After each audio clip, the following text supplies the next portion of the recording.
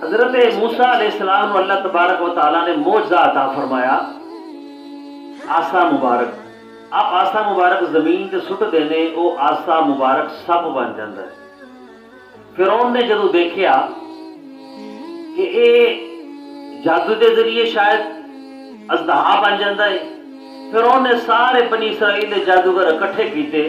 کہنے لگا کہ موسیٰ دے کول ایک جادو ہے، وہ اپنا ڈنڈا اپنا آسا زمین تے سٹدا ہے، وہ سب بن جاتا ہے. ہن تسی اس طرح دا جادو کرنا ہے کہ وہ دا جادو جڑا ہے وہ بند ہو جائے تے تہاڈا جادو بولن لگ پے.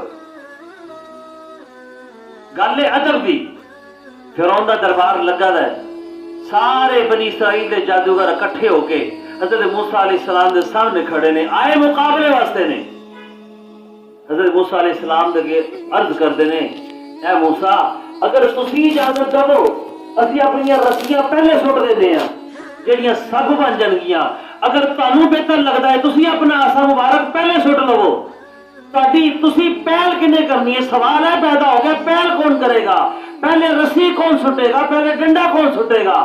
انہیں جادوگران نے عرض کی، اے موسیٰ تسی اگر اجازت دو اسی سٹ لینے ہیں، اگر تانوں چنگا لگتا ہے تسی پہلے اپنا ڈنڈا سٹ لو.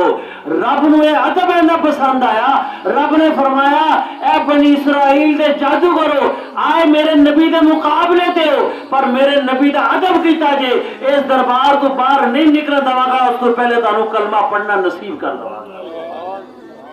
رب نے اینا ادب پسند آیا، رب نے اس دربار تو باہر نہیں انہیں جادوگرانوں نکلنے دیتا، سارے کلمہ پڑھ کے مسلمان ہو.